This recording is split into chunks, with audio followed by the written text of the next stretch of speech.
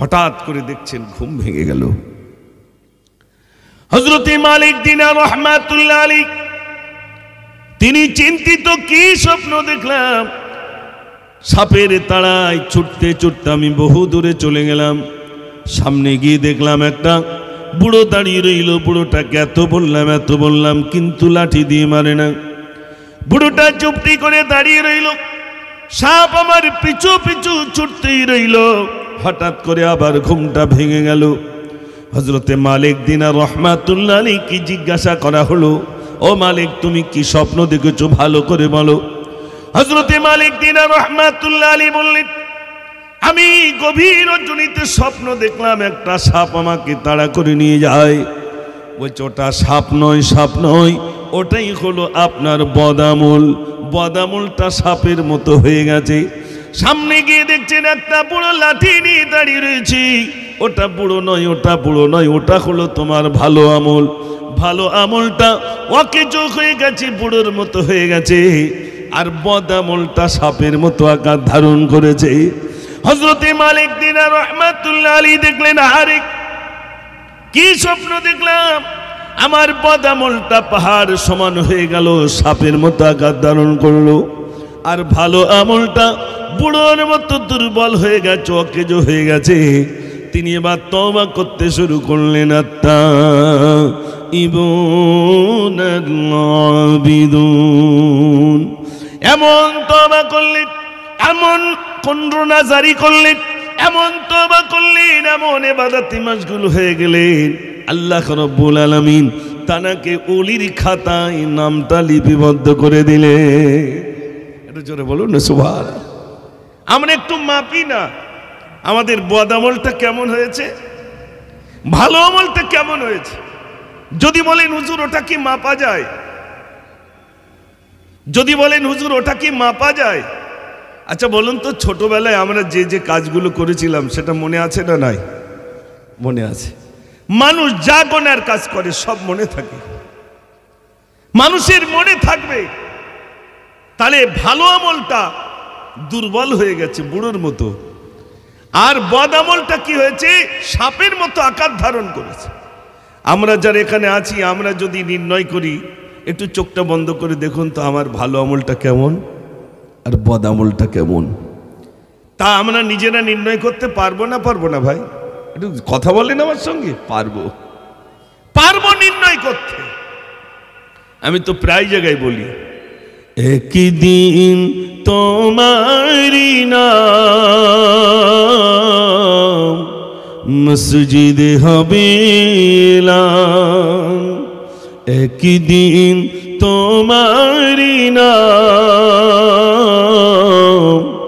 মসজিদে হবে এলান। তৈরি থেকো, তৈরি রেখো, কবরের মাল সামান, একদিন তোমারি নাম মসজিদে হবে না। ভালো আমল কতটা আর বদ আমল কতটা? আচ্ছা বলুন, এই যে দুটো আমল, একটা ভালো আমল আর একটা বদ আমল, এই দুটো আমার সঙ্গে যাবে না শুধু ভালোটা যাবে আর খারাপটা বাড়ি থাকবে? একটু জোরে বলে। কর্মজীবনে যা করেছি সব যাবে। কর্মজীবনে আমার জিন্দেগিতে যা করেছি তাই সেটা খারাপ আর ভালো উভয়টাই আমার সঙ্গে যাবে। ভাইরা একটু ভাবুন তো, আজ মরলে, এই যদি এখন মারা যায়, এই রাত্রি হয়তো আর দিতে পারবে না, তবে সকাল 10টার ভিতরে কমপ্লিট হয়ে যাবে। যাবে না? দেরি নেই। আমার দৈনন্দিন কোনোদিন কি হিসাব করেছি? দোকানদার প্রতিদিন দোকান চালানোর পরে হিসাব করেন, আমার লাভ কতটা হয়েছে, লস কতটা হয়েছে। আমি আপনি দৈনন্দিন কি কোনোদিন হিসাব করেছি আমার ভালো আমলটা কতটা হয়েছে আর বদ আমলটা কতটা হয়েছে?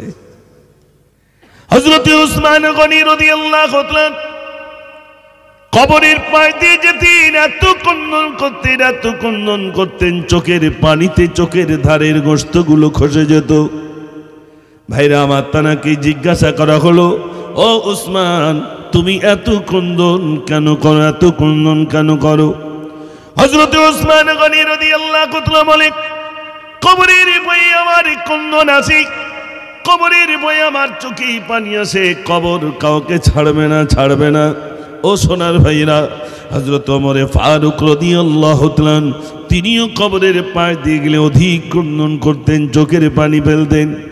আমরা মানুষকে কবরে নিয়ে যাই, আমরা কবর গাহে যাই, কিন্তু আমাদের চোখে পানি আসে না, আমাদের চোখে পানি আসে না।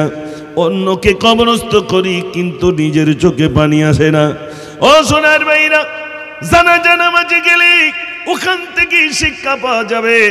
আজ জানাকে জানাজা নামাজ জানা হলো, এমন একদিন আমাকে কাঁধে করে নিয়ে আসা হবে না, হবে না? আমাকে একদিন কাঁধে করে নিয়ে আসা হবে। ইমাম গাজ্জালী রাহমাতুল্লাহ আলাইহি বলেন, মানুষ ইন্তেকালের পূর্বে আল্লামা হুজুর আল্লামা রুহুল আমিন শাহ রাহমাতুল্লাহ আলাইহি তিনিও লিখেছেন, ইন্তেকালের পূর্বে তিনটে লক্ষণ দেখা যাবে। প্রথম লক্ষণটা হলো গলার ভিতরে খড়খড়ানি আওয়াজ আসবে, চোখের উপরে একটা পর্দা এসে যাবে, ঘোলাটি পর্দা এসে যাবে, আর কানপটিটা চেপে যাবে। তখন বুঝতে হবে আর হবে না, হবে না, হবে না। আল্লামা হুজুর লিখেছেন, মৃত্যুর কষ্টের কথা, এত কষ্ট, এত কষ্ট। কোন মানুষের যখন মৃত্যু হয়ে যায় এত কষ্ট হয়। একটা বকরির ভাইরা আমার জীবিত অবস্থায় চামড়া ছাড়ালে যেমন কষ্ট হয়, তার থেকে অধিক কষ্ট মৃত্যু কষ্ট। এত কষ্ট মৃত্যু কষ্ট। হযরত ঈসা আলাইহিস সালাতু ওয়াস সালাম রাস্তা দিয়ে চলেছেন, পাশে একটি কবরস্থান। তিনি শুধু এতটুকু বললেন, কুম বিইজনিল্লাহ, আল্লাহর হুকুমে ওঠো। আল্লাহর হুকুমে উঠলেন, দেখলেন দাড়িগুলো সাদা হয়ে গেল, চুলগুলো সাদা হয়ে গেল, মাথার চুল সাদা, দাড়ি পর্যন্ত সাদা।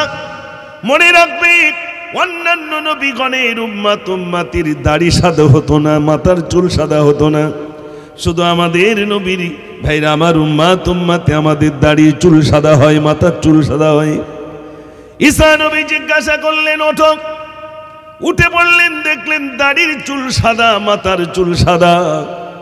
জিজ্ঞাসা করলেন, তোমার কি ইচ্ছা আছে দুনিয়ায় কিছুদিন থাকবো? বলে, ইচ্ছা তো আছে, কিন্তু আজরাইল কি আবার পুনরায় আবার আসবে নাকি? ইচ্ছা আছে তো, আজরাইল আসবে না তো? আজরাইল আসলে অসুবিধা কি? বলছে, চলো, শত শত বছর পূর্বে আমার জানখানা কবজ করলেন, আমার মৃত্যু হয়ে গেছে শত শত বছর পূর্বে, কিন্তু সেই মৃত্যুর ভয়ে, মৃত্যুর যন্ত্রণার ভয়ে আমার দাড়ি চুল আর মাথার চুল সাদা হয়ে গেছে। কবরে শুয়ে পড়ে এত কষ্ট, সেই মৃত্যু কষ্ট। কষ্ট হচ্ছে নাকি আপনাদের? একটু তাকবীর দেন, নারে তাকবীর। ভাই, চলে যেতে হবে, এই দুনিয়া ছেড়ে চলে যেতে হবে। আমি মুসাফফর, আজ আছি কাল নাই। কত বক্তা গেছে, কত শ্রোতা গেছে, কত পীর সাহেব গেছে, কত মহারাজা গেছে, কত বাদশাহ গেছে, সকলকে যেতে হবে। ও সোনার ভাইরা, বসিরাট হুজুর লিখেছেন, মানুষ ইন্তেকালের পরে যখন ইন্তেকাল হয়ে যায় এত কষ্ট হয়, এত কষ্ট হয়। তোমরা যেন গোসল জোরে জোরে দিও না। যখন গোসল দেবে, হাতের গায়ের উপরে হাতটা নাড়বে, আস্তে আস্তে নাড়বে, যেন জোরে জোরে ডলবে না। এই মাত্র জান কানা কবজ হয়েছে, সমস্ত শরীরটা দরদে ভরা, সমস্ত শরীর দরদ। একটা ফোড়া যদি হয়, টিপে যদি দেন, সাইডে ব্যথা থাকে না? থাকে না ভাই? ব্যথা থাকে। ও সোনার ভাইরা, তাহলে বলুন, মানুষ মৃত্যুবরণ করবে, তারপরেও শরীরে ব্যথা থাকবে কেন, যন্ত্রণা থাকবে কেন? মনে রাখবেন, আল্লাহ রাব্বুল আলামিন হাতের ক্ষমতা শেষ করে দেবেন, চোখের ক্ষমতা শেষ করে দেবেন, সমস্ত অঙ্গ প্রত্যঙ্গ তাদের ক্ষমতাগুলো সব বন্ধ করে দেবেন, আর ক্ষমতা থাকবে না। হাত তুলতে পারবো না ভাইরা, আবার চোখ মেলে তাকাতে পারবো না, হাঁটতে পারবো না, সমস্ত অঙ্গ প্রত্যঙ্গগুলো সেদিন অচল হয়ে যাবে, আর কিছুই করার থাকবে না। কিছুই করার থাকবে না। ও সোনের ভাইরা আমার, ইমাম গাজ্জালী রহমাতুল্লাহ আলাইহি লিখেছেন, কিমিয়ায়ে শাহাদাতের ভিতরে মানুষ ইন্তেকাল হয়ে গেলে তার প্রথম বন্ধু দুনিয়া চলে যাবে। দুনিয়াকে বলবে, দুনিয়ারে কিসের জন্য চলে যাস? দুনিয়া বলবে, বোকা তুই আমার জন্য পাগল ছিলি, আমি তোর জন্য পাগল ছিলাম না। দুনিয়াকে চলে যাবে। ইমাম গাজ্জালী রহমাতুল্লাহ আলাইহি লিখেছেন, দুনিয়াটা কেমন? কোন মানুষ যদি দুই হাত দিয়ে পানি তেমনি করে ধরে, পানি যেমন হাতের আঙুল থেকে পালিয়ে যায়, দুনিয়াটা ঠিক তেমনি পালিয়ে যাবে। এখানে যারা আছেন সত্য কথা বলুন, আজরাইল যদি আসে আর যদি বলেন কাটাকালে যা দোকান আছে সব আমার, সব তোকে দেব, 1 মিনিট কি সময় দেবে? জোরে বলে না, সময় নেই। ফাইদা জা আজলুহুম লা ইস্তাখিরুনা সাআতাও ওয়া লা ইস্তাকদিমুন। 1 সেকেন্ড আগে নয়, 1 সেকেন্ড পরে নয়, ঠিক নির্বাচিত সময় তার মৃত্যুটা হয়ে যাবে। ও সোনার ভাইরা আমার, আমি মুজাফফর, আমার মৃত্যুটা ঠিক ওই সময় হয়ে যাবে, নির্বাচিত সময়, ঠিক নির্বাচিত সময় তার মৃত্যুটা হয়ে যাবে। ও সোনার ভাইরা আমার, আমি ছোট্ট একটি ওয়াকিয়া বললে আপনারা বুঝবেন মৃত্যু কার কোথায় হবে কেউ জানে না। আজরাইল ভাইরা আমার, মানুষ যখন ইন্তেকাল করে কেউ কিন্তু আজরাইলকে দোষ দেয় না যে আজরাইল জান কবজ করেছে, বলে নাকি? বলে না। সোনার ভাইরা আমার, জবরদস্ত আল্লাহর ওলি রাস্তা দিয়ে চলেছে, আর ওই রাস্তা দিয়ে গভীর রাতে একটা যুবক যায়। আল্লাহর ওলি বলেন, এই যুবক তুমি কোথায় যাও? বলছে, আমি যে বাড়িতে কাজ করি ওই রানী মশার পেটে বাচ্চা রইল, প্রসব বেদনা উঠেছে, আমাকে একটু আগুন আনতে বলেছেন, তাই আমি আগুন আনতে যাই। বলছে, তুমি আগুন আনতে যাচ্ছ, শোনো, তোমার ওই রানী মশাইয়ের যে বাচ্চাটি হবে ওটা হবে কন্যা বাচ্চা, অর্থাৎ মেয়ে হবে। ওই মেয়েটি 100 পুরুষের সঙ্গে জেনা করবে বড় হলে, আর তার জন্য কি তুমি আগুন আনতে যাও? কখনোই আমি আনতে যাব না। ওই বাচ্চাটি বড় হলে 100 পুরুষের সঙ্গে জেনা করবে, কখনোই এটা সম্ভব নয়, সম্ভব নয়। আগুন আনা বাদ দিয়ে ফিরে এলো, এসে দেখছে রানীর ছোট্ট একটি বাচ্চা হলো। তার মুখের দিকে তাকাই আর আল্লাহর ওলির কথা মনে পড়ে। ওই বুজুর্গ মানুষ আমাকে বলেছিলেন একটা মেয়ে কন্যা হবে, তাই তো হলো কন্যা। কিন্তু এই মেয়েটি বড় হয়ে 100 পুরুষের সঙ্গে জেনা করবে, এটা আমি মানতে পারি না। তাই পকেটে একটা ছুরি ছিল, ছুরিটা নিয়ে পেটে দাবিয়ে দিল। যেই না বাচ্চার পেটে মারল, সঙ্গে সঙ্গে মনে হলো এবার বুঝি আমাকে মেরে দেবে, আর থাকা যায় না, এবার আমি পালাই। হুঁশ ফিরল, মারার পরে ছুটতে ছুটতে বহু দূর দূরান্তে চলে গেল। এ বাচ্চাটিকে ডাক্তার দেখানো হলো। বহু কষ্টের পরে ডাক্তার দেখানোর পরে দেখা গেল বাচ্চাটি সুস্থ হলো, আর যিনি মেরেছেন তিনি দেশ ছেড়ে পালিয়ে গেছেন। ভাইরা আমার অন্য দেশে চলে গেলেন। হঠাৎ সংবাদ এসেছি মায়ের কাছে, মা আমি বেঁচে রইলাম, মা আমি তোমার ছেলে, অমুক বাড়িতে আমি কাজ করতাম, আমি পালিয়ে ভিন্ন দেশে এসেছি, মা আমি জীবিত আছি, আমি জীবিত আছি, মা এবার আমি দেশে ফিরবো, আমার জন্য একটা সুন্দরী মেয়ে দেখেন, আমি বিয়ে করব। ভাইরা আমার বিয়ে তো হবেই। সব দিন ঠিকঠাক হয়ে গেল, বিয়ে হয়ে গেল। বাসর রাত এসে গেল। বাসর রাতে এসে দেখছে বিবির পেটে একটা দাগ রইল। বিবিকে বলল, বিবি রে পেটে কিসের দাগ? এ বিবি পেটে কিসের দাগ?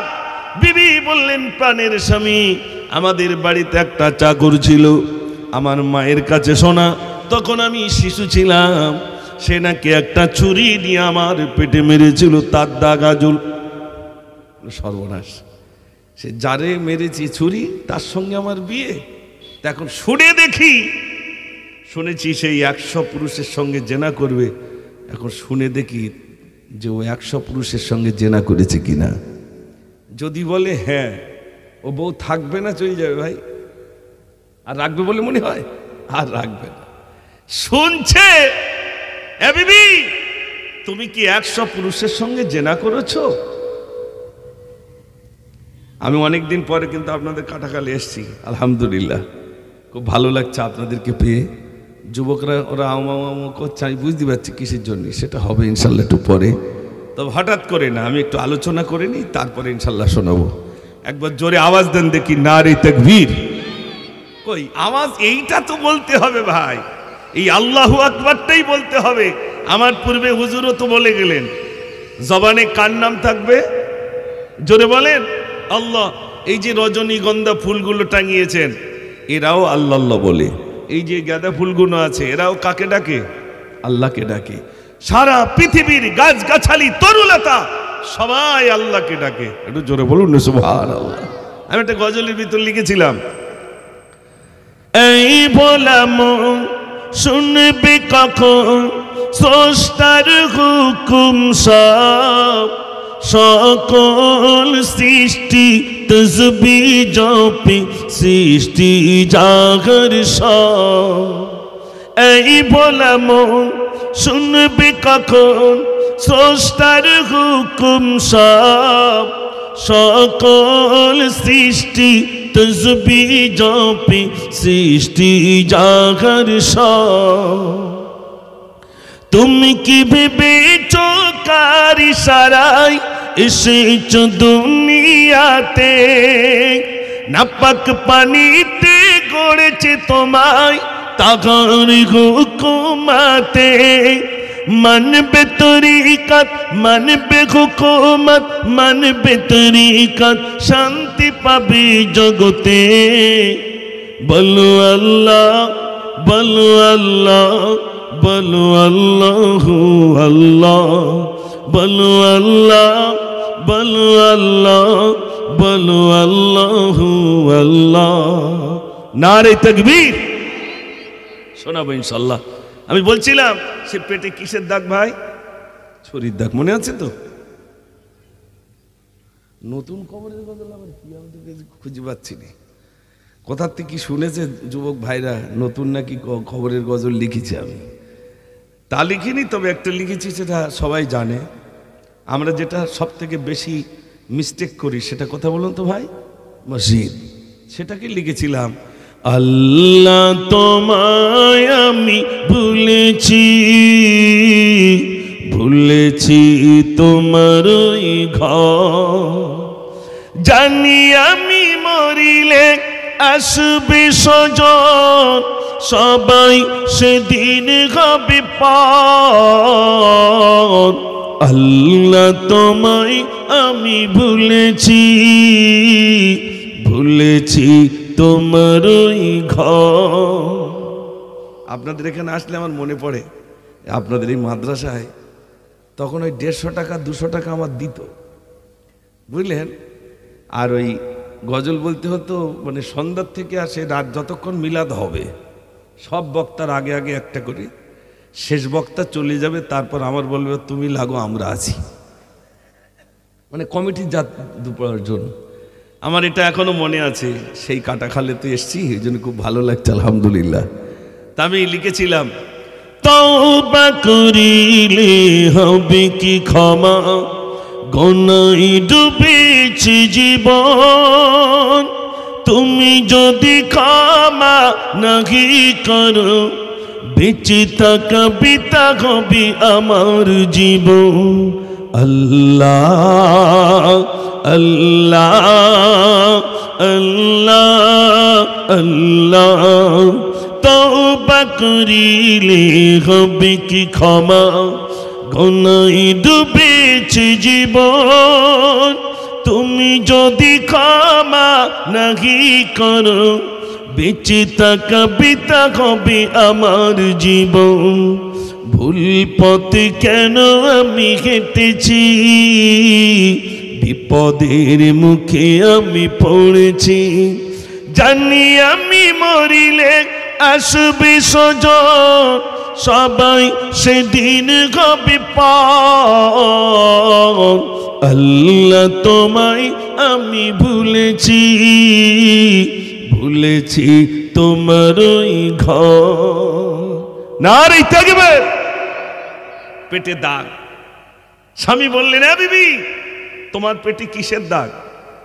বিবি বললেন, প্রাণের স্বামী, আমি যখন শিশু ছিলাম আমার মায়ের মুখে শোনা আমাদের বাড়িতে একটা চাকর ছিল, ওই চাকর একটা ছুরি দিয়ে আমাকে পেটে মেরেছিল, যার দরুন সেই দাগটা কিন্তু আজও আমার পেটে রইল। স্বামী এবার বললেন, এ বিবি, আমি শুনেছি যার পেটে এমন একটা দাগ থাকবে সে নাকি 100 পুরুষের সঙ্গে জেনা করবে। তুমি সত্য কথা বলো, তুমি কি 100 পুরুষের সঙ্গে জেনা করেছো? বিবি বলছে, প্রাণের স্বামী, সত্য কথা, আমি 100 পুরুষের সঙ্গে জেনা করেছি, আমি জেনা করেছি। তবে আমি আল্লাহর কাছে ক্ষমা চেয়েছি, গো আল্লাহ তুমি আমাকে ক্ষমা করে দাও। আল্লাহ রাব্বুল আলামিন ক্ষমা করেছেন কি আমি জানি না, তবে এটা সত্য। স্বামী বললেন, হ্যাঁ বিবি, আমি আরো একটি কথা শুনেছি যে ভাইরা আমার, তার মনের ভিতরে এসেছে যে আমি আরো একটা কথা শুনেছি, তার নাকি মরণ হবে একটা মাকড়সা কেন্দ্রিক। এখন মাকড়সা কেন্দ্রিক মরণ হবে, এই কথাটা শোনার পরে বিবি আর স্বামী দুজন বলছে, এটা তো সত্য হলো, কিন্তু ওটা কেমনে সত্য হয়, ওটা কেমন করে সত্য হয়? ও সোনার ভাইরা, আবার এবার শোনেন। স্বামীকে বললেন, স্বামী একটা কাচের ঘর করে দেন। কাচের ঘর করে দেওয়া হলো, কোনো রকম কোনো কিছুই যেন ঘরের ভিতরে না ঢুকতে পারে। হঠাৎ করে দেখা গেল একটা মাকড়সা ছাদের উপরে জাল করে নিল। বিবি ভাইরা আমার, স্বামী বিবিকে বলল, বিবি, ওই দেখো মাকড়সার জাল, ওই যে মাকড়সা রইল, ওটাকে কেন্দ্র করে নাকি তোমার মরণ হবে। বিবি কি করলেন, স্বামী কি করলেন, দুজনে মিলে একটা লাঠি দিয়ে মাকড়সাকে মারলো, মাকড়সাটা নিচেই পড়লো। আর বিবি পা দিয়ে মারিয়ে দিয়ে বলছে, তোর হাতে নাকি আমার মরণ হবে, তোর কেন্দ্রিক নাকি আমার মরণ হবে, তোর সিলাই নাকি আমার মরণ হবে। দেখা গেল ভাইরা আমার, ওই মাকড়সার রস তার পায়ে লেগে গেল, ওই পা থেকে ওই ভাইরা আমার রস লাগার পরে পচন শুরু হলো, তার মরণটা হয়ে গেল।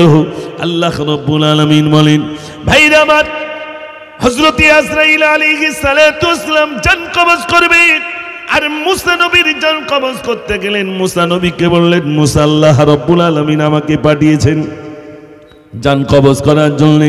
মুসা নবী বললেন, আল্লাহ রাব্বুল আলামিন যদি জান কবজ করার জন্য পাঠান, তাহলে যেদিক ইচ্ছা তুমি জান কবজ করতে পারো। আজরাইল বললেন, মুসা, তাহলে আমি জানটা কবজ করব, আমি পায়ের দিক দিয়ে। মুসা নবী বললেন, না, আমি পায়ে হেঁটে হেঁটে তুরু পাড়ে উঠতাম, এই পায়ের দিক দিয়ে আমি জান কবজ করতে দেব না। বলছে, তাহলে মুখের দিক দিয়ে জানটা কবজ করব। বলছে, না, আমি ওখান থেকে হতে দেব না, আমি এই মুখ দিয়ে জবান থেকে আমি তাওরাত তেলাওয়াত করতাম। আজরাইল বললেন, তাহলে আমার যেদিক দিয়ে ইচ্ছা আমি সেদিক দিয়ে জান কবজ করব। মুসা নবী এক চড় মারলেন, আজরাইলের একটা চোখ অন্ধ হয়ে গেল। আজরাইল এসে বললেন, ওগো আল্লাহ, তোমার নবীর জান কবজ করতে গিয়েছিলাম, কিন্তু তো আমাকে চড় মেরে চোখ বেকায়দা করে দিয়েছে। আল্লাহ রাব্বুল আলামিনের কাছে বলেন, মুসা নবী, ওগো রাব্বুল আলামিন, আল্লাহ তুমি যাকে জান কবজ করতে পাঠিয়েছিলে, আল্লাহ রাব্বুল আলামিন বললেন, মুসা তুমি মেরেছো কেন? মুসা নবী বললেন, আল্লাহ আমার জান কবজ করবে, ঠিক আছে, তোমার হুকুমে জান কবজ হবে, কিন্তু যেই না বলেছে আমার যেদিক ইচ্ছা আমি সেদিক দিয়ে জান কবজ করবে, এই জন্য আমি মারলাম। আজরাইল বললেন, ওগো আল্লাহ, আমি মানুষের জান কবজ করব, সবাই যদি আমাকে মারধর করে তাহলে তো সর্বনাশ হবে। আল্লাহ বলেন, আজরাইল, আজ থেকে আর তোমার নাম হবে না। লরির তলায় পড়বে, জ্বর অবস্থায় মরবে, করোনায় মরবে, অ্যাক্সিডেন্টে মরবে, স্ট্রোকে মরবে, তাই তো নাকি ভাই? পান্তা খেতে খেতে, ভাত খেতে খেতে, মিলাদ করতে করতে, নামাজ পড়তে পড়তে, আর নামাজ পড়তে পড়তে মরণ তো এইসব খুশনসিব। একটু জোরে বলুন না সুবহানাল্লাহ। আমরাও তো কামনা করি যে আমাদের নামাজ পড়তে পড়তে আল্লাহ যেন মৃত্যু নসিব করে। সোশ্যাল মিডিয়ায় তো দেখেছি কত মানুষ নামাজ পড়ছেন, সেজদা গিয়ে আর ওঠেনি, ওই সেজদাই বলছিলেন সুবহানা রব্বিয়াল আলা, সুবহানা রব্বিয়াল আলা। না গালে পানি দিতে হয়েছে, না কিছু করতে হয়েছে, নামাজ পড়তে পড়তে ইন্তেকাল হয়ে গেছে। আর আমাদের ইন্তেকালের পূর্বে আমরা তো দেখছি যেভাবে শির কষা শুরু হয় আর যেভাবে মাথা ঘোরে না, ইন্তেকালের পরে মাথা কাবার দিকে যায় না। যাবে কি করে? মসজিদ মুখ হয়নি তো আমার মুখটা কাবার দিকে যাবে কি করে ভাই? সব থেকে খারাপই যে আমরা মসজিদ ছেড়ে দিয়েছি, মসজিদগুলো ছেড়ে দিয়েছি। সোশ্যাল মিডিয়ায় দেখলাম মোগল পিরিয়ডে যে মসজিদগুলো ছিল সেই জায়গায় সব হিন্দু ভাইদের দখলে, আশেপাশে কোনো মুসলিম নাই, তাই মসজিদটায় আজান দেবে, নামাজ পড়বে কি করে? তাই হিন্দু ভাইরা ওই টেপ ক্যাসেট করে রেখে দিয়েছে ভাই, আজান প্রতিদিন ওখানে একটু আজান দেয়। তারা ওই দেখভাল করছে মসজিদটা, এবং তারা বলছে আমাদের বাচ্চা কাচ্চাগুলো যখন বিয়ে শাদী দেওয়া হয় তখন এই মসজিদ থেকে আমরা ঘুরিয়ে নিয়ে যাই বরকত হাসিল করার জন্য। একটু জোরে বলুন না সুবহানাল্লাহ। আর যেমন মসজিদ আছে ভাই, ও সোনার ভাইরা আমার বিশ্বাস করুন, আমি বলছিলাম মরণ এসে যাবে, মরণ হবে, কেউ আমাকে আপনাকে ধরে রাখতে পারেনি আর পারবে না। আমাকে আপনাকে দুনিয়া ছেড়ে চলে যাওয়া লাগবে। এই দুনিয়া ক্ষণস্থায়ী, মাত্র 50 বছর, 60 বছর, 70 বছর, এর বেশি আর নয়। আমাকে আপনাকে ছেড়ে চলে যাওয়া লাগবে। কত মানুষ চলে গেছে। আমি এসেই বলছিলাম আমাদের একজন প্রাণপ্রিয় ভাই ছিলেন মাওলানা ফারুক সাহেব, তিনিও আমাদের ছেড়ে বিদায় হয়ে গেছেন। এরকম জলসায় তিনি সভাপতিত্ব করতেন, ঠিক কিনা ভাই? তিনি একদিন সভাপতিত্ব করতেন, আমাকে ডাকতেন, মুজাফফর আমাদের এখানে জলসা হবে, তোমাকে আসতে হবে বাবু, আসতে হবে। আমি বড় প্যার করতাম, মোহাব্বত করতাম, যোগ্য আলেম ছিলেন, তিনিও আমাদের থেকে বিদায় হয়ে গেছেন। ভাইরা আমার, আমি মুজাফফর একদিন চলে যাব, সকলেরকে চলে যাওয়া লাগবে। ভাইরা আমার, যখন চলে যাওয়া হবে, ইমাম গাজ্জালি রহমাতুল্লাহ আলাইহি বলেন, যখন কাফনের কাপড়টা পরানো হয় তখন বলে আমাকে ছেড়ে দাও, আমার মুখটা একটুখানি খুলে দাও, আমি আমার বিবিকে দেখব। আমি এই বিরাট বালাখানা তৈরি করেছিলাম, বালাখানাকে একটুখানি দেখব, আমার ছেলেটাকে দেখব, আমার নাতি পুতিকে দেখব, তোমরা আমার মুখটা একটুখানি খুলে দাও। আর খোলা হবে না, তাড়াতাড়ি করে ইমাম সাহেব বেঁধে দেবেন, ইমাম সাহেব বেঁধে দেবেন। ও সোনার ভাইরা আমার, এবার যখন কাঁধে করে নিয়ে যাওয়া হবে তখন বলবে তোমরা আমাকে কোথায় নিয়ে যাও, তোমরা আমাকে কোথায় নিয়ে যাও।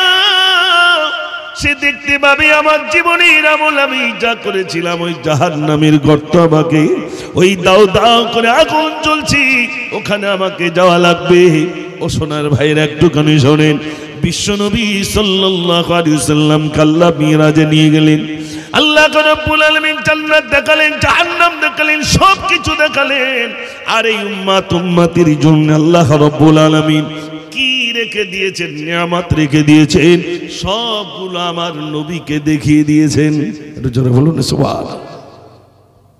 এই বাড়ি যখন মেয়ের বিয়ে হয় তখন দেখবেন কিছু লোকের সব দেখাই, দেখো মেয়ের জন্য এই কিনেছি, এই কিনেছি, এই কিনেছি, দেখায় না ভাই, আমি মেয়েকেই দেব। তখন আমরা কিছু মানুষ যারা খুব কাছের তারা খুশি হই না, হই না? খুশি হই। আল্লাহ রাব্বুল আলামিন আমার নবীকে দেখাচ্ছেন আপনার উম্মতের জন্য এই ব্যবস্থা আছে।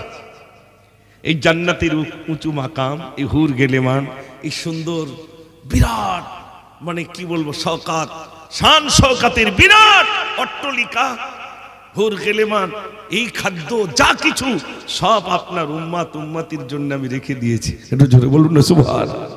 রাসূল দেখে খুশি হয়ে গেলেন, এগুলো আমার উম্মতির জন্য আল্লাহ রাব্বুল আলামিন বরাদ্দ করে রেখে দিয়েছে। একটু জোরে বলবেন না সুবহানাল্লাহ। আমরা সেই নিয়ামতগুলো দুনিয়া থেকে আমাদের আমলের বেসিস ওগুলো পাবো ভাই, নইলে তো সব হারিয়ে ফেলবো।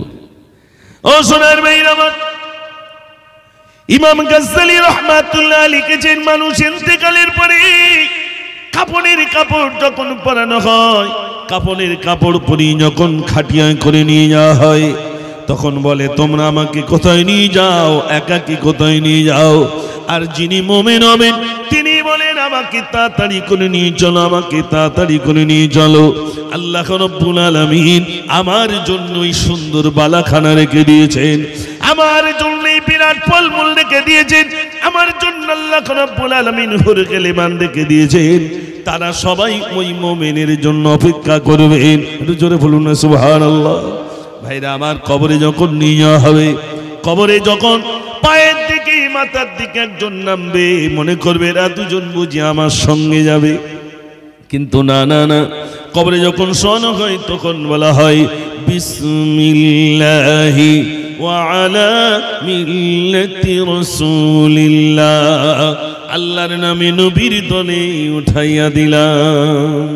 বলে না বলে না, কবরের ভিতরে শুইয়ে দিলাম, বাঁশগুলো চাপিয়ে দিলাম, বাঁশগুলো চাপিয়ে দেওয়ার পরে ও ভাইরা আমার, আমাদের দিকে আবার কেউ গোলাপ পানি ছড়িয়ে দেয়, কেউ বা বিরাট কিছু দেয় যাতে করে কবরে আযাব ক্ষমা হয়ে যায়।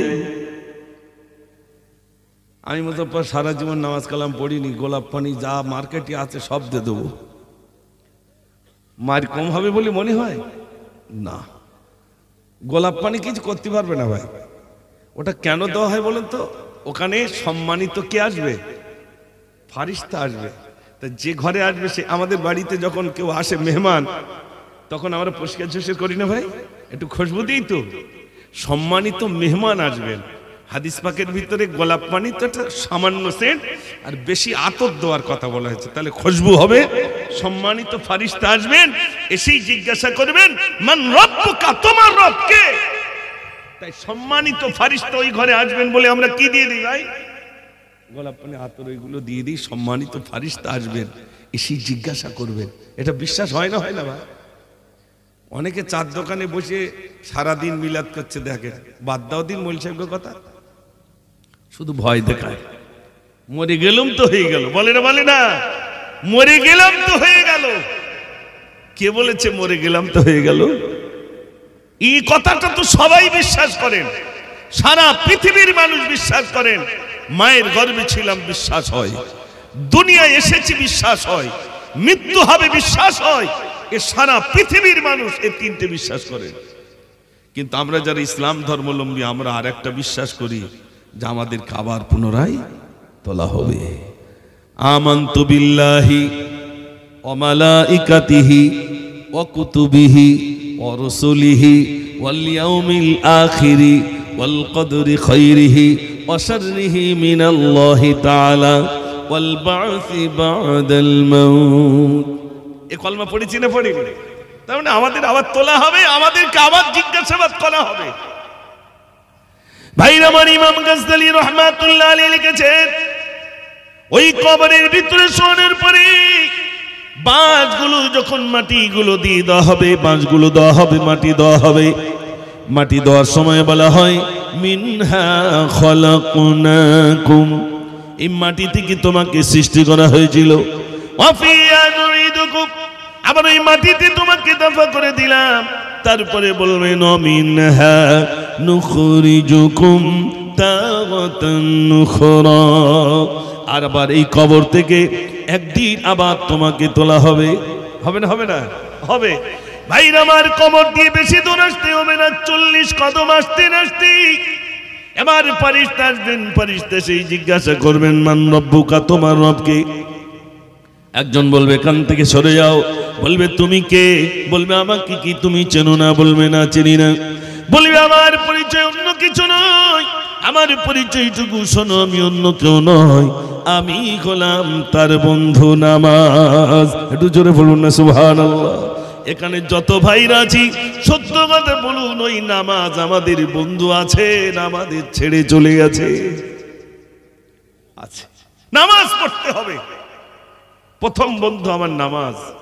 নামাজ বলবে সরে যাও, বলে তুমি কে? বলে চেনো না? বলছে না।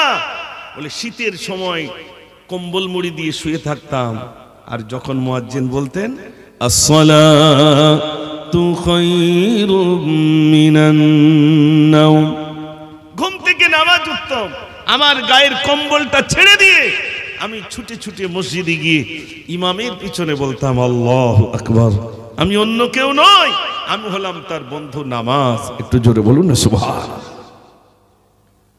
এই যে মিলাদ দিয়ে অন্তত যদি 5টা লোক নামাজি হতো, তাহলে মনে একটু শান্তি পাওয়া যেত, যেত না ভাই? কিন্তু মনে হচ্ছে যেন সে পানা পুকুরে ঢিল মারলি যেন হয়, যতক্ষণ ঢিল পড়ে ততক্ষণ পানা সরে থাকে, আর ঢিল মারা বন্ধ হলে পান আবার এক জায়গায় এসে যায়। মানুষ এই জন্যই আমাদের দিকে তাকা, আসলে হেদায়েত দেনেওয়ালা তো কোনো আলেম না। আলেম কি হেদায়েত দেবে নাকি? হ্যাঁ, হেদায়েতের বাণী শোনাবে, যাতে করে মানুষ হেদায়েত প্রাপ্ত হয়, যাতে মানুষ আল্লাহমুখী হয়ে যায়, যাতে মানুষ মসজিদমুখী হয়ে যায়, আল্লাহ ভীরু হয়ে যায়। তাকওয়া, পরেশগারিতা যাতে মানুষের ভিতরে এসে যায়, তার জন্যই নসিহত। এই নসিহত বন্ধ হবে না, বন্ধ হলে আরো মানুষ গোমরাহী হয়ে যাবে ভাই, আরো গোমরাহী হয়ে যাবে। ও সোনার ভাইরা, আমার এই জন্য বলছিলাম নামাজ বাড়িতে একটু খেয়াল করে দেখেন, বিবি নামাজ পড়ে না, মেয়েটা নামাজ পড়ে না, ছেলে নামাজ পড়ে না, সব বেনামাজি। তাহলে নামাজি কে? বাড়ির মধ্যে বুড়ো আর বুড়ি। ঠিক বলছি না ভুল বলছি? আর আমরা কিছু প্লেয়ার বলছি বয়সটা হোক তারপর মসজিদের দিকে যাবানি। এখন জন বয়সে কেরাম বোর্ডে সময় যাক, জন বয়সে কেরাম বোর্ডে সময় চলে যাচ্ছে। আমি গজলগুলো এমনি বলি না, এই ভাইটা বলতে বলছিলেন এই গজলটা একটু পুরো বলি। আমি লিখেছিলাম আপনার একজনের গজল বাংলাদেশের, সেটাকে আমি বলি। একদিন তোমারি নাম মসজিদ হবে, তৈরি থেকো তৈরি রেখো, কবরের মাল সামান। একদিন তোমারি নাম মসজিদ হবে, একদিন তোমাকে পরিয়ে কাফন, সঙ্গী স্বজন করিবে দাফন। হঠাৎ চলে যাবে আদরের ধন, প্রিয় মা বাবার বাসি নয়ন।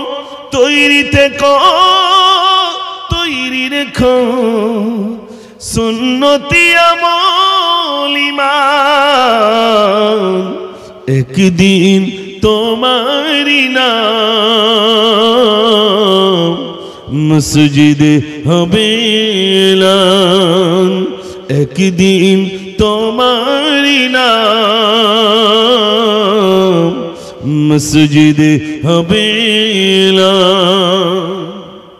আদরের ধন সম্পদ সব ফেলে চলে যেতে হবে।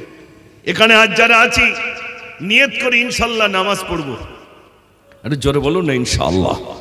জি, আমার একটা সোনার এই ব্যবসাটা যদি করতে পারেন, দেখেন যিনি নামাজ পড়ে না, মনে করুন এখানে ক্রাম বোটে, তাসের আড্ডায়, জোয়ার আড্ডায়, এরকম আমাদের সমাজের ছেলেরা থাকে না? থাকে না ভাই?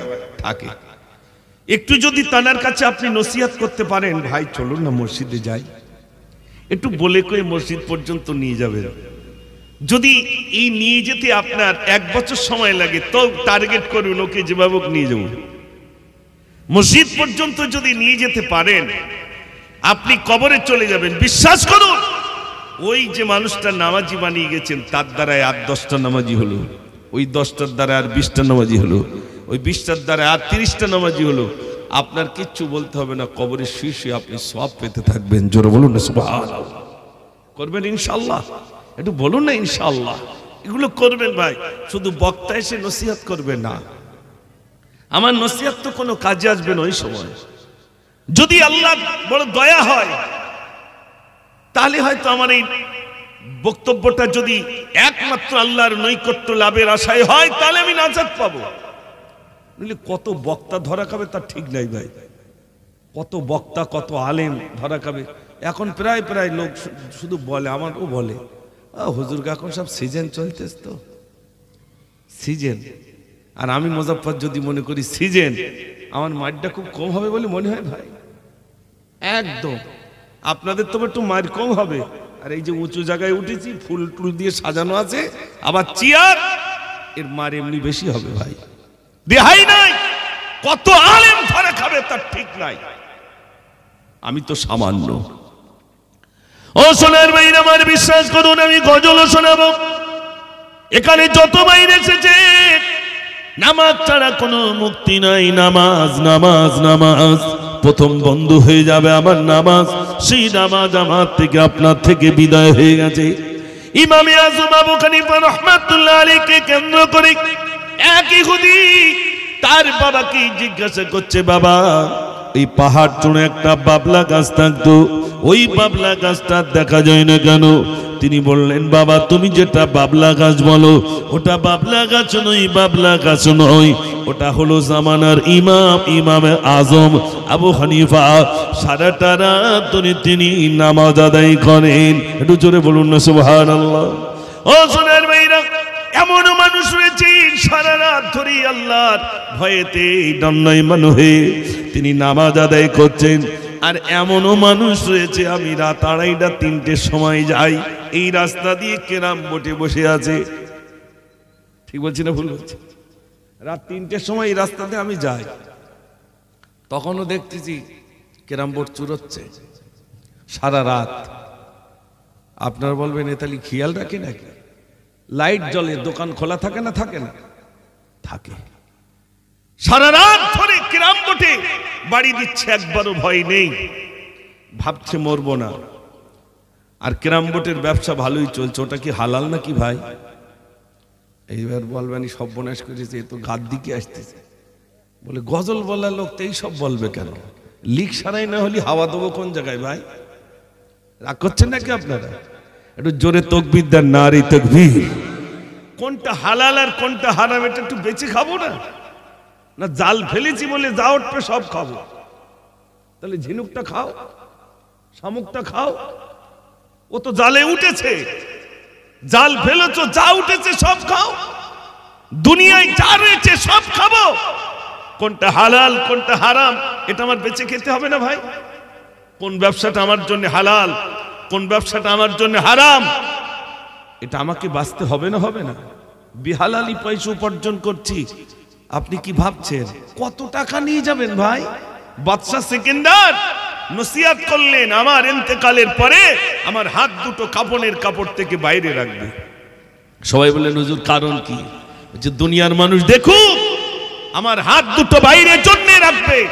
আমার এই বালাখানা, আমার অট্টালিকা, আমার টাকা পয়সা আমি কিছুই নিয়ে যেতে পারছি না, খালি হাতে যাচ্ছি। মানুষ এদিকে শিক্ষা নিক, দুনিয়া দুনিয়া করে তাদের জীবনটাকে যাতে বরবাদ না করে, অন্তত আমার দিকে তারা শিক্ষাটা নিক। বলুন কেরাম বোর্ড, বলুন তাসের আড্ডা। আর এখন ঠান্ডা পড়িস তো, চাচা বাড়ি যাচ্ছে, ওই বা মাফলার মুড়িদের চালিয়ে যাচ্ছে, তুরুপ চালাচ্ছে। ঠিক বলছি না ভুল বলছি? আর পাশে 8-10 জন শুধু উকি ঝুঁকি মারতে, এরা খেলে আর এরা শুধু উফ ওইটা মারবে তো। তার মানে ও তো যাবে জাহান্নামে, আর একটা রোলে যাবে। রাগ করবেন না ভাই। ইংরেজরা এখান থেকে চলে যাওয়ার সময় একটা ঔষধ দিয়ে গেছিল ইমানটাকে সিজ করার জন্য। ইংরেজদের খেলা এটা। এই যে তাস খেলা, এটা কাদের খেলা ভাই? ইংরেজদের খেলা। ইংরেজরা যখন ভারত থেকে তাদেরকে তাড়িয়ে দেওয়া হয়, ইংরেজ বলছে যাচ্ছি তো, কিন্তু তোদের ইমানটাকে শেষ করব। তাই তার ভিতরে নাম দিয়েছে, দেখবেন বিবি নাম আছে না? এই সমস্ত খেলার ভিতরে ইমান শেষ হয়ে যায় ভাই। আমি হাত জোর করব, ঠান্ডা পড়ে গেছে তো ওই খেলাটার জোর একটু বেড়েছে। ঠিক বলছি না ভুল বলছি? আপনাদের দিকের কথা বলছি না, আমি সব চৈতলি। এসব জায়গা তো ভালো আলহামদুলিল্লাহ, এসব হয় না এখানে। আমি অনুরোধ করছি আপনারা জাত ভাই আমার সজাগ, যদি বলেন হুজুর এইগুলো বলছেন, আচ্ছা কোনগুলো বলবো ভাই? হাসান হোসেনের জীবনী বলবো? এখন যদি এই গজল বলি আপনাদের ডিস্টার্ব হবে না। কোনটা জানেন? হাসান হুসেন দুই সিতারার হঠাৎ খেয়াল হলে ছুটে এসে উঠতো তারা কমলিওয়ালার কোলে। কহে তুরে সুর মামাটি চার নয়নে আকা, রোজ নিশিদিন দু কপালে চাঁদ দিতে নূর টিকা। সূর্যমুখী সোনার মালা পরিয়ে দিত গলায়, সোনা ঝরা রোদের তারা খেল তোলতা দোলা ধুলা বালি কাকর নিয়ে খেলা খতম হলে ছুটে এসে উঠতো তারা কমলিওয়ালার কোলে। নারে তাকবীর। আমি শোনাবো গজল ইনশাআল্লাহ। তবে এই রোগ যারা এখানে যুবক ভাইরা বাবাজিরা আছি, আমাদের ছেলেরাও যদি এই কাজ করে তাদেরকে ফিরিয়ে আনতে হবে না, হবে না ভাই? একটু জোরে বলে। ফিরিয়ে আনতে হবে ভাই। তার জন্যে যদি তারা মারধর করে মার খাবেন, এই মনে করেন আমি বলেছি, এই কথাগুলো বলে আমি নেমেছি, যুবকেরা ধরে আবার হদ্দ মারা মারলো, তো মেরেছে তো কি হয়েছে? আল্লাহ নবীর মারেনি ভাই। তুমি মিষ্টি খাওয়া সুন্নতটা পালন করো, মার খাওয়া সুন্নতটা পালন করবে না? আল্লাহ রসুল তো মার খেয়েছেন। বেদুইনরা পাথর ছুঁড়ে ছুঁড়ে আমার রসুলকে আঘাত করেছে, রসুল বেহুশ হয়ে পড়ে গেলেন। জিবরিল আমিন এসে বললেন, ইয়া রাসূলুল্লাহ একটু অনুমতি দেন, ওই তায়েফবাসীদের উল্টে শেষ করে দেব। আল্লাহ নবী বললেন, না, আমি বদদুয়া করতে পারি না, না জানি তাদের বংশের ভিতরে না জানি একজন আল্লাহ ওয়ালা বেলে যাবে। একটু জোরে বলুন না সুবহানাল্লাহ। আমার সোনার ভাইরা, আপনারা আমার সহযাত্রী, আপনারা আমার জাত ভাই, কে বলবে এখন? আমি প্রায় জায়গায় বলি, সুবহানাল্লাহ রজ করলি মানুষ প্রচুর ভাবে শুনবে, কিন্তু যখন সুদের অজ হবে, জুয়ার অজ হবে, মদের অজ হবে, মদের বিরুদ্ধে বলবো, সুদের বিরুদ্ধে বলবো, ঘুষের বিরুদ্ধে বলবো, তখন বললি এর ভিটে এলেছিস নি, ও তো দেখে দেখে আমার কাছে দেখি বলি যাচ্ছে। আর এই জন্য আমার ভাইরা, আমরা এই কাজে নিয়োজিত আছি না নাই ভাই? এই কাজের ভিতরে আমরা সামিল হয়ে আছি। আমার সোনার ভাইরা, বাবাজিরা, আমার ছোটবেলা থেকে আপনাদের এই গ্রামে, এই মাদ্রাসায়, পাড়ায় আসা যাওয়া ছোটবেলা থেকে। তখন সবে মাত্র ফারেগ হয়েছি, তারপরে একটা মাদ্রাসা, তখন আমি কোনো মাদ্রাসায় দাখিলা হয়নি, তখন থেকে এই গজল ভাবছেন দাড়ি তো পেকে গেছে, আমি কি আর আজ থেকে? এক সময় আপনাদের মাদ্রাসায় কেরাত প্রতিযোগিতায় হুজুর ছিলেন আমার হাফসা হুজুর, তখন বিচারক, তখন উনি জন আর আমি প্রতিযোগী, জানেন তো? উনি বিচারক রয়েছেন, প্রতিযোগিতা দিয়েছে, তো এই প্রাইজ দিয়েছে। আমি দুটোই ফার্স্ট হয়েছি, কেরাতে আর গজলে, তো দুটো ফার্স্ট হয়েছি। তো আমার প্রাইজ দিয়েছে কি জানেন? আমার মনে আছে, সেই বাচ্চারা পানির ওই গলায় কি ঝুলনি থাকে ভাই, পানির পট একটা ঝুলনি থাকে না, আর ওই একটা নল মতো আছে, ওই টেনে পানি খায়। তখনকার সময় আমার দুটো উই দিয়েছিল। কত দাম হতে পারে ওইটা এখন? খুব জোর, সেই সময় কত দাম হবে, ওই রকম দুটো প্রাইজ দিয়েছিল। এখন যদি ওই দেওয়া হয় আর ছেলেপিলে আসবে বলে মনে হয় ভাই? এখন দিতে হবে বড় বড় স্ক্রিন টাচ মোবাইল দিতে হবে, আলমারি দিতে হবে, খাট দিতে হবে, ড্রেসিং টেবিল দিতে হবে, 50,000 টাকা দিতে হবে, তাহলে আসবে না, তার আসবে না। তা আমি সেই সময় থেকে আপনাদের এলাকায় গজল বলে যাচ্ছি। আজ দুটি গজল বলবো। আমার যুবক ভাইরা আমাকে বারবার বলছে, হুজুর দুটো গজল বলবেন, তো বলবো, কিন্তু তাকবীর যদি জোর হয় তাহলে মনে করবো শুনবেন, আর আওয়াজ যদি কমে যায় তাহলে মনে করবো শুনবেন না। দেখি আওয়াজ, দেখি নারে তাকবীর। আল্লাহ, এরম আওয়াজ না তো কাটাখালের লোকের। ও ভাই, ভোট তো হয়ে গেছে, ইলেকশন শেষ, জিন্দাবাদ জিন্দাবাদের পালা শেষ, একটু আল্লাহু আকবার জোরে হবে না? নারে তাকবীর, আর একটু জোরে নারে তাকবীর। মাশাআল্লাহ। আমার ভাইরা, আমি গজল টুকটাক বলি, এখন আর খুব বেশি বলি না, তবুও শোনাচ্ছি আপনাদের কাছে। মদিনার মাটি যদি পাই রাসূলুল্লাহ, সুরমা করে দেব বারবার। জোরে বলুন না সুবহানাল্লাহ। মদিনার মাটি যদি পাই রাসূলুল্লাহ, সুরমা করে দেব বারবার। যদি যেতে নাহি পাই সোনার মদিনায়, যদি যেতে নাহি পাই সোনার মদিনায়, দিও দেখা স্বপ্নে ও গো রাসূলুল্লাহ সুরমা করে দেব বারবার মদিনার মাটি যদি পাই রাসূলুল্লাহ সুরমা করে দেব বারবার জোরে বলুন না সুবহানাল্লাহ লিখেছিলাম মদিনার পানে চেয়ে থাকি প্রতিদিন একই একই দিন যায় ভাঙে মনোবল ডানা মেলে পাখি যায় পাক মদিনা দেখে মোর আঁখি দুটি করে চলো চল আমি ভাবি নিরালায় পাক মদিনার আশায় আমি ভাবি নিরালায় পাক মদিনার আশায় দিদারে দেখা দাও ইয়া রাসূলুল্লাহ সুরমা করে দেব বারবার মদিনার মাটি যদি পাই রাসূলুল্লাহ সুরমা করে দেব বারবার তুমি ছিলে পৃথিবীর সেরা উপহার তোমারি পরশ পে হলো শৃঙ্খল দিনেরই দাওয়াতে তুমি হয়েছ সফল তোমারি ওসিলায় এলো জিন মানো তুমি হলে আল আমিন তুমি উম্মতের জামিন তুমি হলে আল আমিন তুমি উম্মতের জামিন শাফাতের কান্ডারি ও গো রাসূলুল্লাহ সুরমা করে দেব বারবার জোরে বলুন না সুবহান মদিনার মাটি যদি পাই রাসূলুল্লাহ সুরমা করে দেব বারবার আল্লাহুম্মা সাল্লি আলা সবাই পড়ে মাওলানা মুহাম্মদ ওয়া আলা আলি সাইয়্যিদিনা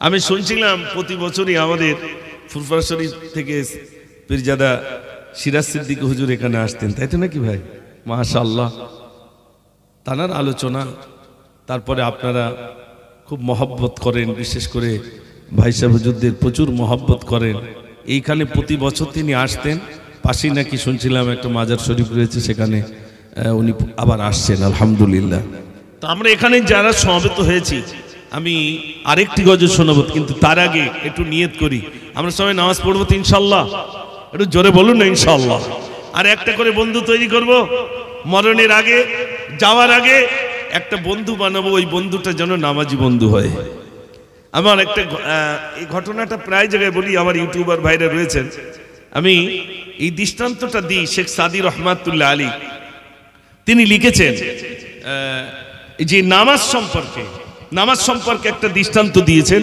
আমি দৃষ্টান্তটা শোনাবো এক রাজা মশাই তিনি তার মেয়েকে বিয়ে দেবেন তো মেয়েকে বিয়ে দেবেন তো ছেলেরা সব আসছে রাজা মশাই আপনার মেয়ে দেবেন যেহেতু রাজার মেয়ে বলে কথা তো রাজামশাই জিজ্ঞেস করছে তুমি নামাজ পড়ো তো হচ্ছে না পড়ি না তাহলে মেয়ে দেবো না আচ্ছা আমরা এরকম কেউ আছি ভাই নামাজ না পড়লে মেয়ে দেবো না বরং মেয়ে বলবে দাড়ি থাকলে বিয়ে করবো না ঠিক বলছি না ভুল বলছি দাড়িওয়ালা চলবে না বেদাড়িওয়ালা হবে তা আমরা কোনোদিন জিজ্ঞেস করি না বাবা তুমি নামাজ পড়ো এ কথা জিজ্ঞেস করি না আমি জিজ্ঞেস করি খোকা কি করো কাটাখালে ব্রিজের উপর আমার 5খানা দোকান আছে ওরে বাবা রে তাহলে তো কাজ বেঁধে গেছে নামাজ পড়ে কিনে কথা একবারও শুনি না রাজামশাই বলছে তুমি নামাজ পড়ো তো বলছে না বলে তাহলে মেয়ে দেবো না তো যদি আমি নামাজ পড়ি তাহলে মেয়ে দেবো মসজিদে চলে গেছে আল্লাহু আকবার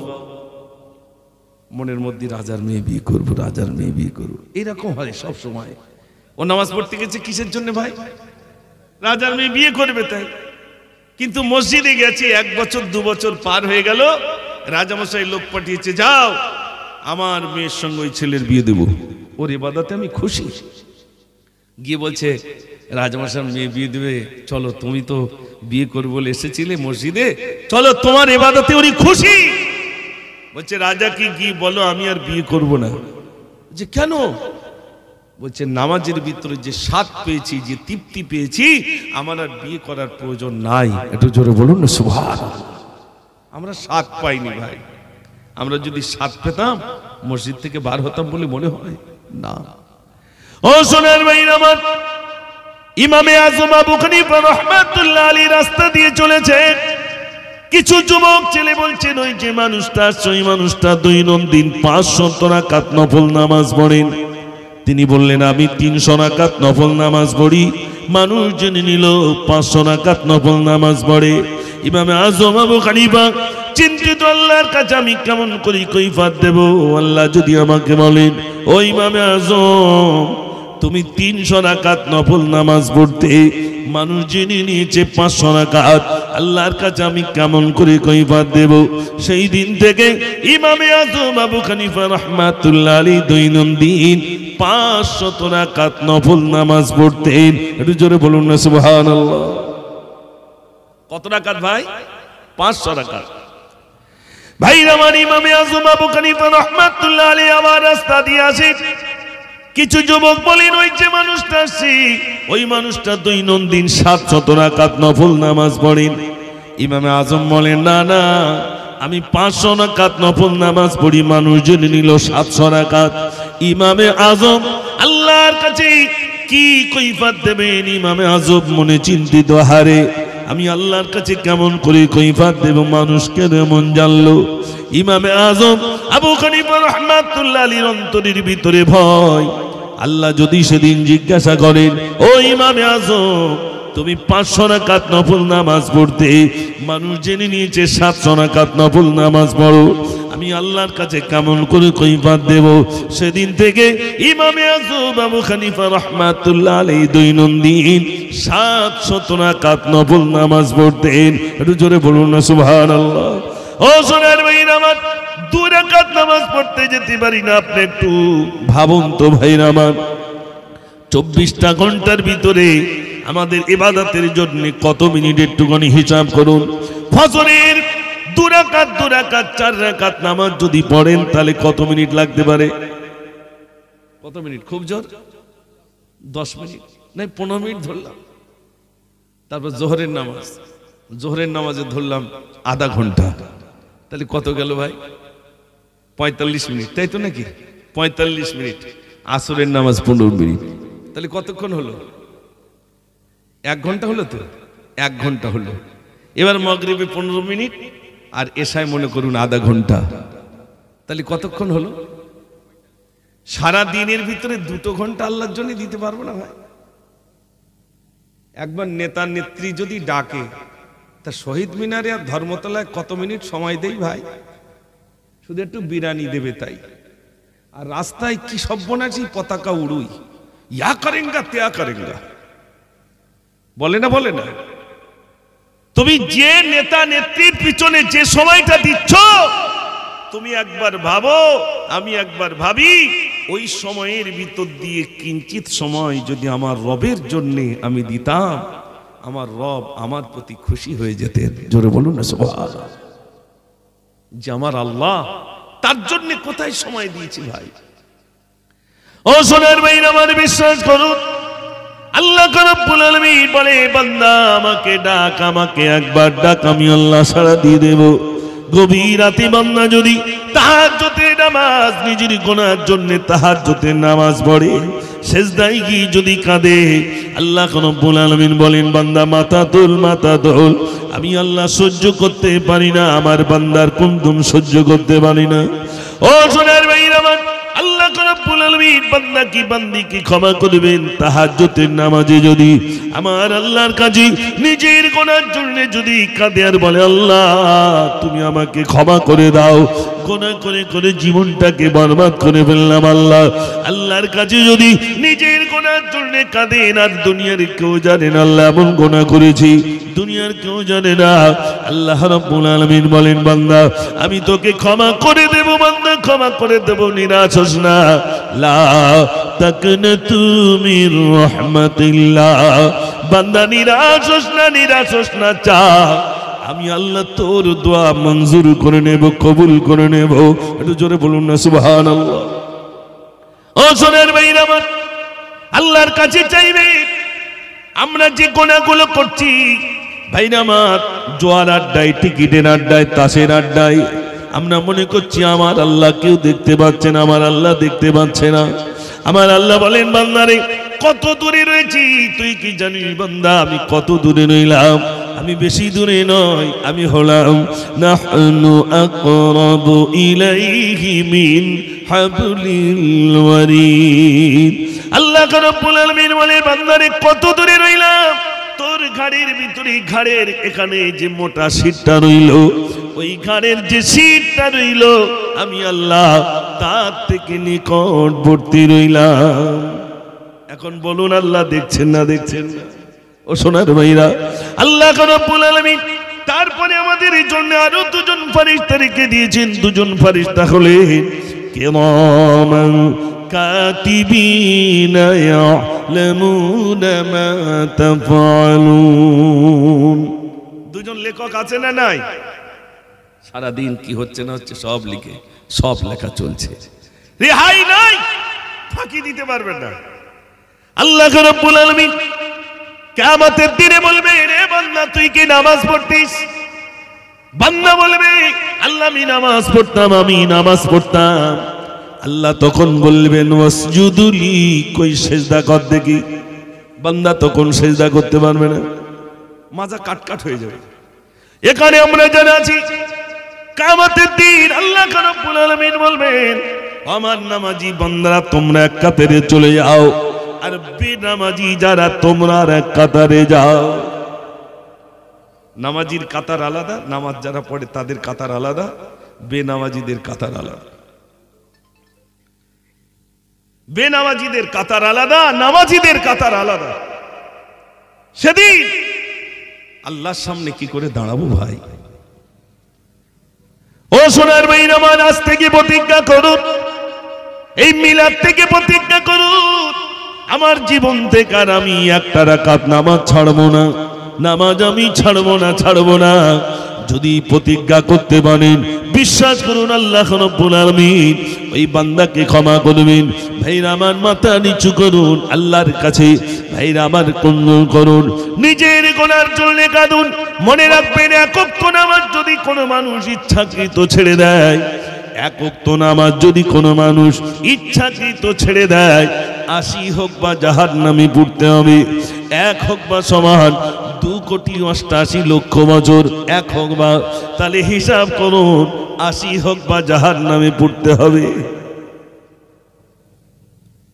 আমার কথা বুঝতে পারছেন ভাই?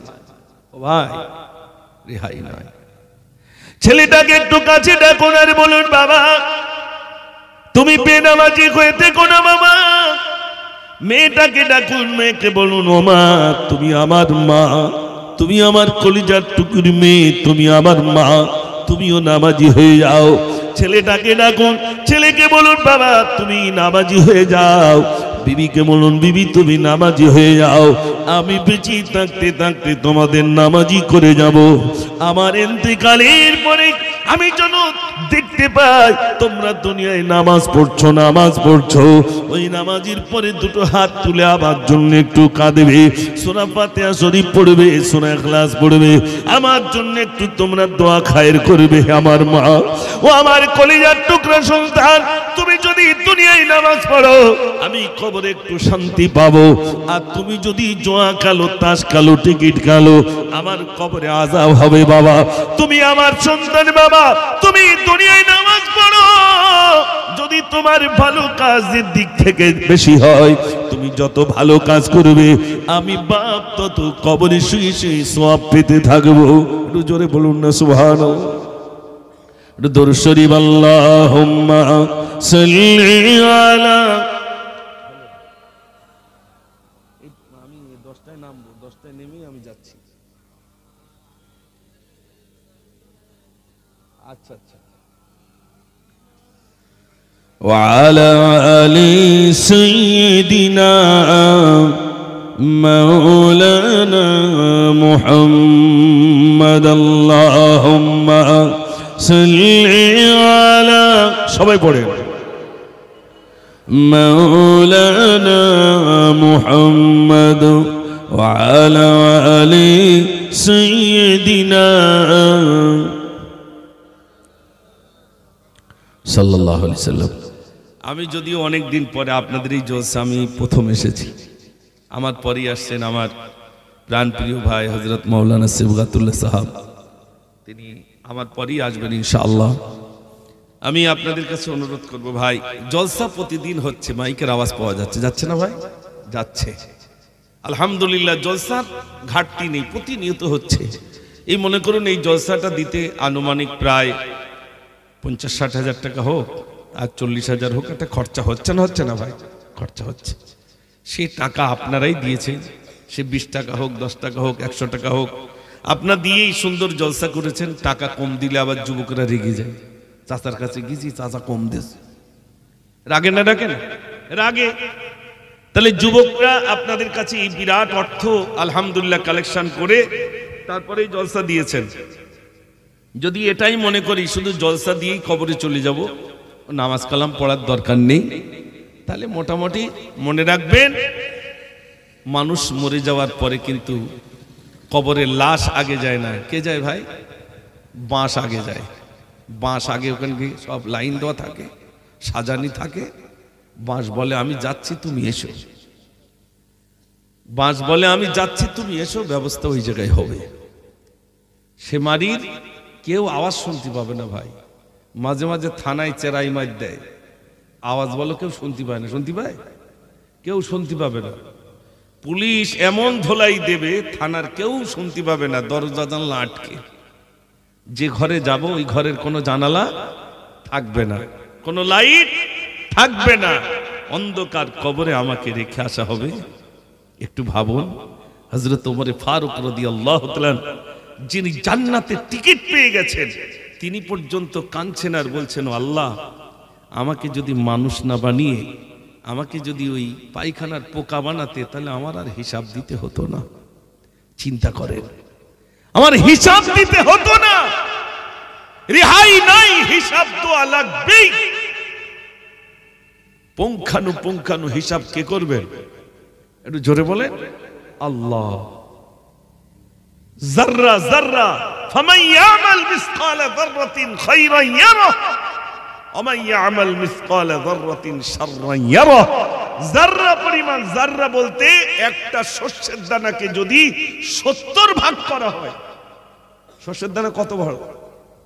শস্যের দানা কত বড় হয়? একটুখানি তো।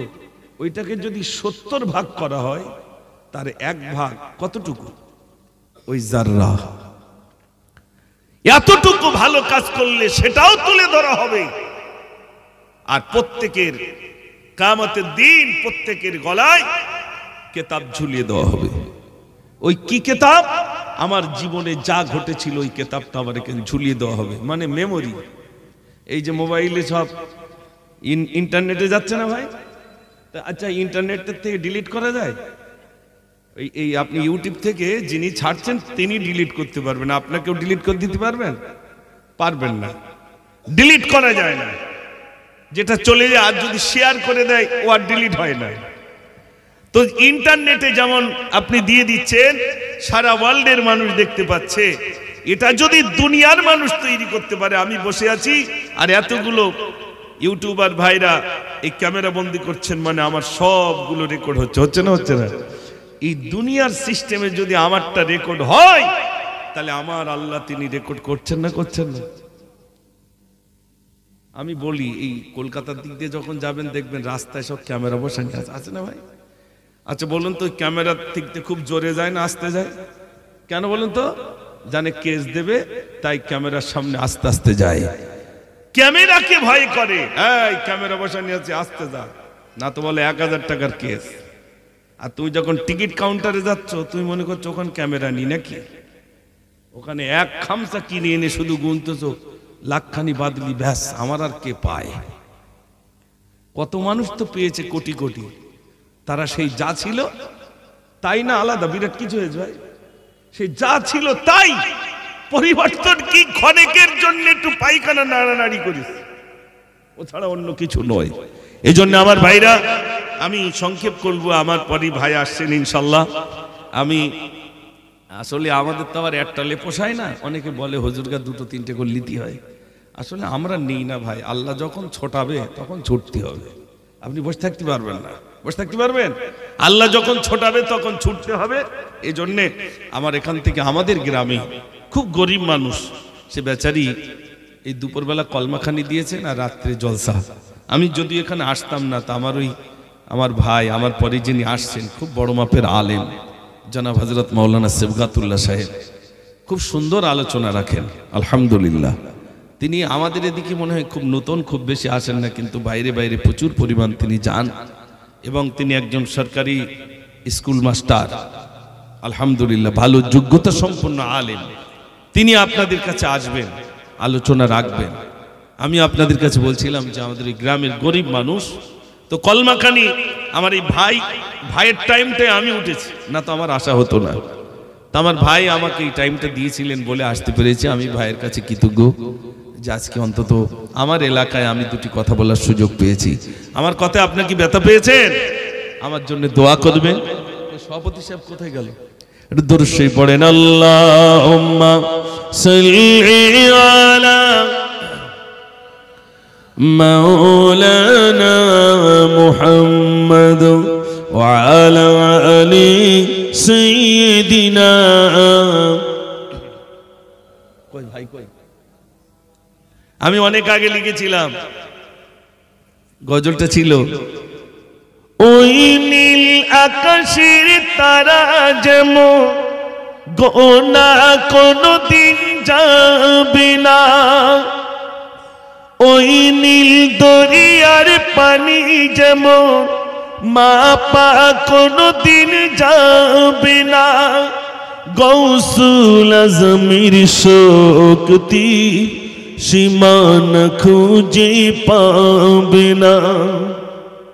আমি একটা গজলের ভিতরে এই গজলটার ডুপ্লিকেট লিখেছিলাম, ওই নীল আকাশের তারা যেমন গোনা কোনদিন যাবে না, ওই যে সূর্যের জ্যোতি কিরণ ঢাকা কোনদিন যাবে না, আকাশের সাথে আছে চাঁদ যেমন আল্লাহর সাথে মিলে আছে ওলি তেমন, ওলিকে মানিলে দোজখী হবে না, ওলি যে খোদার দিবানা, মৌতের পরে ওই সঙ্গে কেহ যাবে না, আমল হবে সঙ্গীর সাথী, কোরআনে ওই ঘোষণা, পাক কোরআনে ওই ঘোষণা, মৌতের পরে ওই সঙ্গে কেহ যাবে না। নারে তাকবীর! এই গজল বলে ইতি করলাম। আমার ভাইরা, মৌতের পরে সঙ্গে কেহ যাবে না, এই গজলটা অনেক আগে আমি লিখেছিলাম, আপনাদের কাছে শেয়ার করলাম। আর লিখেছিলাম ওই আল্লাহর ওলির কথা। আমরা সবাই ফুরফুরা সিলসিলার মতাদর্শের মানুষ। আল্লামা হুজুর আমাদের নয়নের মণি। আগামী দিনে হুজুর আল্লামা লিখে গেছেন, বলে গেছেন, আমার কেতাব যে বাড়িতে, আমি রুহুল আমিন সেই বাড়িতে। জোরে বলুন না সুবহানাল্লাহ। হুজুর আমাদের জন্য বাংলায় কেতাব লিখেছেন। কেন বলুন তো বাংলায় লিখেছেন? তাহলে কি উনি উর্দু জানতেন না, আরবি জানতেন না? জানতেন। আমরা তো বাংলা ছাড়া আর অন্য কিছু জানি না। তাই হুজুর আমাদের বাঁচার জন্যে, পথ দেখানোর জন্যে, সুপথগামী যাতে হই, বিপদগামী থেকে যাতে দূরে থাকতে পারি, বিপদ থেকে, মুসিবত থেকে, এক কথায় কুকর্ম থেকে যাতে আমরা হেফাজতে থাকতে পারি, তার জন্য হুজুর আল্লামা বাংলায় কেতাব লিখেছেন। আর বলেছেন, আমি রুহুল আমিন ওই বাড়িতে যে বাড়িতে আমার কেতাব রয়েছে। জোরে বলুন না সুবহানাল্লাহ। আমি আপনাদের কাছে অনুরোধ করব, হুজুর আল্লামার কিছু কেতাব কিনবেন। আমি হুজুর আল্লামার সমস্ত কেতাবগুলো, যে হুজুর জীবনে যত কেতাব লিখেছেন, সব কেতাবগুলোই আমি আমার বাড়িতে রেখেছি। আমি পড়ছি। আমার ইন্তেকালের পর আমার ছেলেটা একটু পড়বে তো, না পড়বে না ভাই? আমার ছেলের পরেও বংশ পরম্পরা কেতাব একটু পড়লে কিছু জ্ঞান আসবে না? আসবে না? এখন কেতাবের দিকে বলো মানুষের নজর নেই, এখন সব মোবাইলের দিকে। মোবাইলেও কেতাবগুলো এখন ডাউনলোড করা হচ্ছে আলহামদুলিল্লাহ। আপনি মোবাইলে দেখুন, হাদিস পাবেন, কোরআন পাবেন, কোনটা পাবেন না? সবই পাবেন। আপনার ছেলে যেটা দেখতে চাইছে তার ভিতরেই লুকিয়ে আছে, ওগুলো দেখলে জ্ঞান বাড়বে। আল্লাহ যেন আমাদের সুমতি দান করেন। সবাই বলুন আমিন। ভাই কই দরুদ পড়েন, আল্লাহুম্মা সাল্লি আলা মাওলানা মুহাম্মদ ওয়া আলা আলি সাইয়্যিদিনা।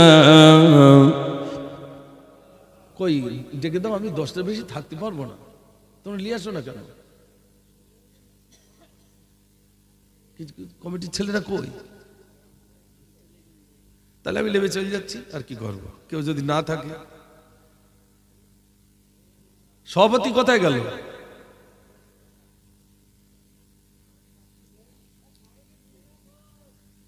জিকির করে লা ইলাহা ইল্লাল্লাহ, লা ইলাহা ইল্লাল্লাহ, লা ইলাহা ইল্লাল্লাহ মুহাম্মাদুর রাসূলুল্লাহ।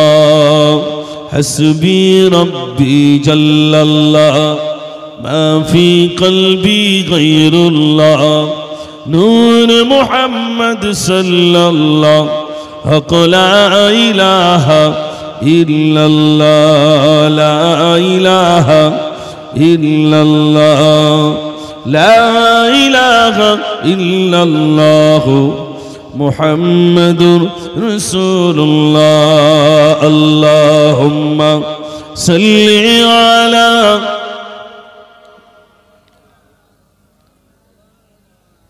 ওয়া আলা আলি সাইয়্যিদিনা।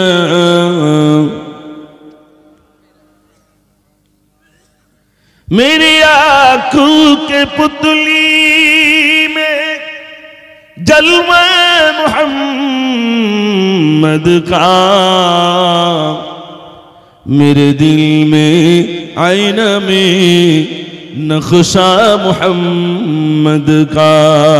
अल्लाहुम्मा सल्ली अला, सबाई पढ़े, मौलाना मुहम्मद व अला आलि सय्यिदिना। बुझीते परीना खोदा महिमा তোমার, তুমি কাউকে করো ভিখারিয়া, কাউকে জমিদার, কেউ বা থাকি ও গো খোদা ও তুলিকার পরে, কেউ বা ভিজি বৃষ্টির মাঝে ভাঙা কুড়ে ঘরে। এই তো তোমার লীলা খোদা, এই তো তোমার খেলা, মানুষ করে পাঠালেন খোদা শ্রেষ্ঠ বলিয়া। সংক্ষেপ করলাম। আমার প্রাণপ্রিয় ভাই এসেছেন, অনেক দূর থেকে এসেছেন। একবার তাকবীর দেন, নারে তাকবীর। আর একটু জোরে দেন, নারে তাকবীর। ভাইয়ের সম্পর্কে ইতিপূর্বে আপনাদের কাছে এর আগে বলেছি, আমার খুব মহব্বতের। আমরা একটা সংগঠন করেছি, ওই লেকচারার অ্যাসোসিয়েশন অফ বেঙ্গল। আমাদের প্রত্যেকের গাড়িতে দেখবেন ওই বোর্ডটা আছে। তো ওটা কেন আজকে আর বললাম না, পরে বলা হবে ইনশাল্লাহ। তার একজন কোর কমিটির আমার এই ভাই জনাব হযরত মাওলানা সিবগাতুল্লাহ সাহেব, আলহামদুলিল্লাহ। তো ভাই এসেছেন, ভাইয়ের মুখ থেকে আপনারা আলোচনা শোনেন। আমি যতটুকু বলেছি আমার বলার ভিতরে যদি ত্রুটি হয় ক্ষমা করবেন, আমার জন্য দোয়া করবেন। আল্লাহ পাক শোনার বলার থেকে যেন বেশি বেশি